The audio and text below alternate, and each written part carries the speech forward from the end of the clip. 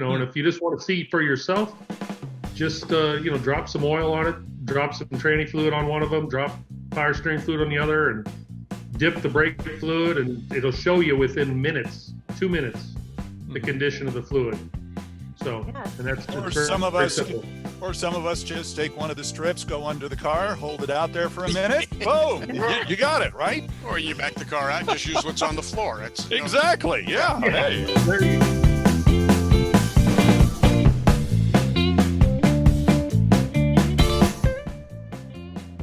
All right, good evening, everybody. I'm Hot Rod Bob. You've got GAAS, the Great American Auto Scene, part of Two Tired Guys Productions, along with Rapid Randy Kerdoon and our Dawn Cood down here with us today. She's coming from the South Bay area of Southern California. And special guest tonight, Butch Hill.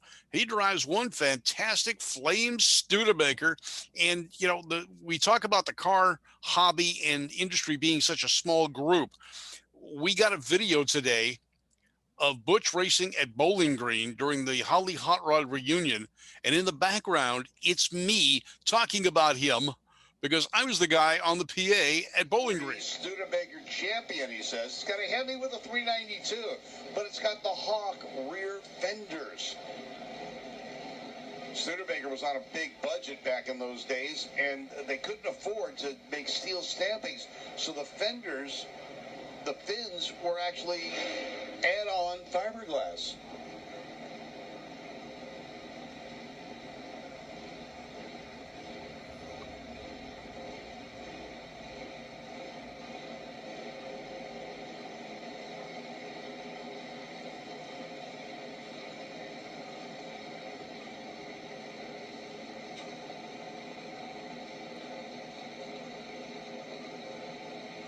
Butch Hill, Matt Chitwood, ready to go. Joey Chitwood, the Thrill Drivers, and the band in charge of Indianapolis for a number of years. 850, 160 miles an hour for Butch Hill on an 850. Man, that is near perfect. 850 with a 1 on an 850 index. But, you know, so the small world, we met and we didn't meet, and now we met again. But it's because I purchased a vehicle and Butch was handling the deal. So, you know, it comes around, you know, now we're friends again for the first time. Crazy. Yeah. Crazy. But it's neat. Butch, tell us a little bit about your Studebaker, because I know a lot of people want to hear it, and we're going to get some pictures up about it as well. Well, the Studebaker has been in my family since 1961. Wow. It was a parts car that my dad had sitting behind a shop.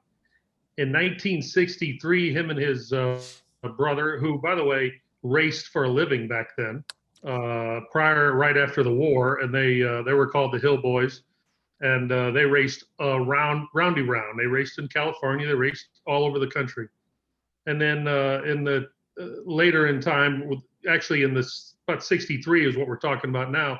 They weren't racing at that point. They had the Studebaker sitting, you know, behind the garage, and they decided, hey, let's make it a drag car. So they put a 392 Hemi in it with a 727 torque flight, some ladder bars, a 4-point roll cage, and it was a race car.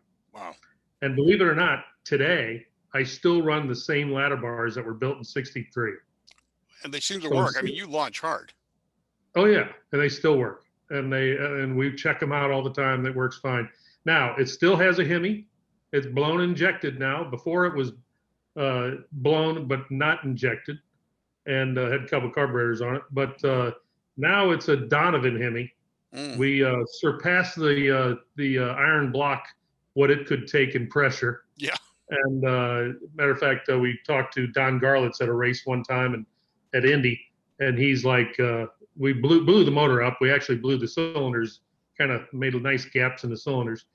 And Don came over, and he knew the car from being at some old tracks. And he goes, I think it's time for a Donovan. So we actually purchased the Donovan at one of the races in Bakersfield. Oh, okay. Walking around out there, and a guy had it sitting on the back of his truck, and ended up buying it, and got about 3 of them sitting here now. But the point being is, it's all steel Studebaker. It's considered the world's quickest all steel, because there's there's some steel cars, but the really fast Studebakers, you know, this car here can go about 8 seconds. Yeah. I run the 850 index, but there's cars that can go 650 Studebakers, but they're all carbon fiber cars. Right. This car weighs in at 3,400 pounds. Oh. It's steel bumpers, Everything. steel everything, and it's just it's a pretty neat car. And the reason I'm keeping it steel, and obviously that's not the thing you'd want to do. You want to go lighter, but the history of the car, I just keeping the old roots of what it's been. What's been in the family too long to change it now. And so it's a fun car. And the wings, we added the wings.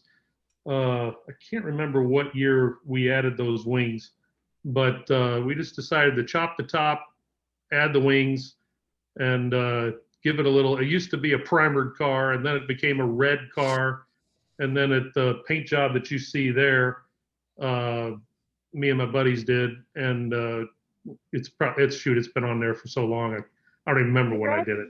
I read the wings went on in '96. So what? There you go. Before that, and what possessed you to do that? Well, underneath those wings on a Studebaker is the regular quarter panel. You know, that would be, it just wouldn't be sticking up like a wing, but Studebaker was pretty inventive. Their quarter panels actually bolt onto the car, and then the wings, to make it a hawk or whatever, as those came along, those bolted onto on top of the quarter panel, and then they hit it all with chrome. You know, the chrome hides all the bolts.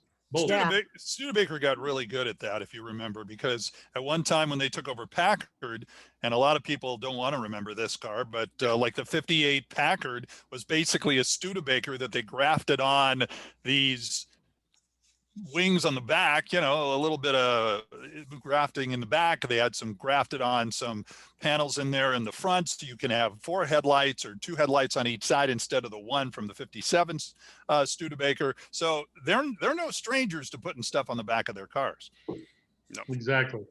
That's engineering. Are you planning on being a bowling Elmer's glue again? Are you planning on being a Bowling Green again this summer? Oh yeah. I'm sorry, I didn't hear you. I'm going to be at Bowling Green. I'll be you know what? That's in a month and a half or whatever. Yep, I just got my Holly Hot Rod reunion. I'll be there, and then next weekend is the first race here in St. Louis for the NDRL, Nostalgia Drag Racing League, and so that happens in St. Louis for the 7th and 8th, and I got a brand new motor, or say freshened up. You know, the motor, and every time we touch that motor, we always, you know, looking at everything, and we're always fixing something. We're getting better and better and better at it. And, you know, the car is just on the number, as you saw in that video. Yeah. Yeah. And it's, you know, it's a big game trying to nail that number down. And then it's harder to I've been racing the last couple of years, foot braking the car. I haven't even been running the trans brake.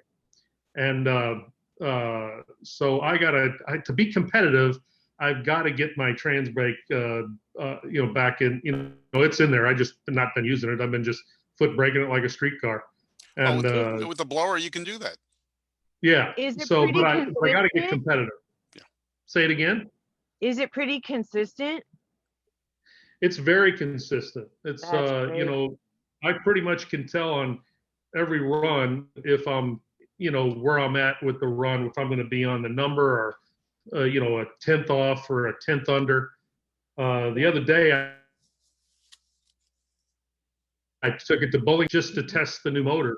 And that was fun. All I was going to do was do a 60-foot hit and then just kind of feel the launch, take a look at the motor and do a couple of those. Maybe the second one at 330. But about 330 on the second one, my foot started to lift and somehow it's stuck back down to the floor, and I ran at 820, and I was like, well, I probably should have just ran it all out the door. And I had a conservative tune on the car because at the last race in Bowling Green, it's cold down there. Yeah. So I had to slow the blower down to you know, compensate for all that. And so I didn't have all the horsepower in the car, but it was pretty fun.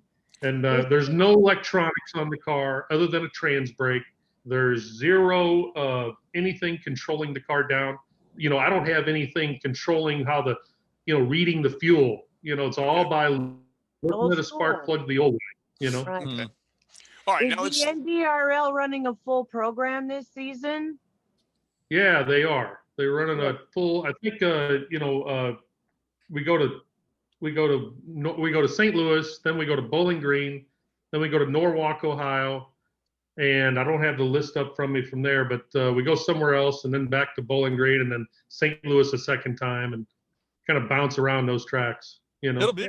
It'll be interesting to see what kind of crowd you have there, especially now that we're all coming out of the pandemic somewhat, and fans I know have been just itching to get back to the drag strip. Oh, I'm telling you, I think it's going to be a blowout. I think everybody's just going to put their mask on, walk around, or not put their mask on and walk around and just do something. That's what it's about. If Yeah. Irwindale is any indication of what's going on, we've been selling out on Thursday nights. Yeah. We've opened it up. We're going to run this whole weekend. So we're running Thursday, move in on Friday for 2 more days over the weekend. So we've been packed, spectators and racers alike. We had 240 cars last week. Wow. I was catching you live, you know, when you had your phone there live, and I was seeing that and going, wow, this is awesome. Yeah. You know. All right, now let's change the subject for a second, because you've got a product that collector car guys really do need, and I'm going to raise it up right now. Tell us a little bit about this, because this is a cool item, and I've got some. I'm going to be trying them myself, but this is something that every collector car guy should get just to protect their car. Well, let me give you a little history of where this started. I developed this about over a dozen years ago, and it really started with this product. Okay, and if you look at this product here, it actually has a test paper on it. Right. It's hard to see it, but there's a test paper on here, and then you would put a drop of fluid on there, and then you would read that fluid test, you know, by the condition of the dots and the condition of the rings that it produces and things like that. Well, over time, and the technology's changes, we've changed it to test strips. So if you look at the kit there, you can kind of see those strips kind of coming off Like a of there. litmus test. Yeah. Just like if you test your pool water. Okay. You know, you dip it in the water and you kind of get a feel for it. But I do this on the professional side to where it's got tire inspection, brake inspection, under the vehicle, under hood, all that kind of stuff.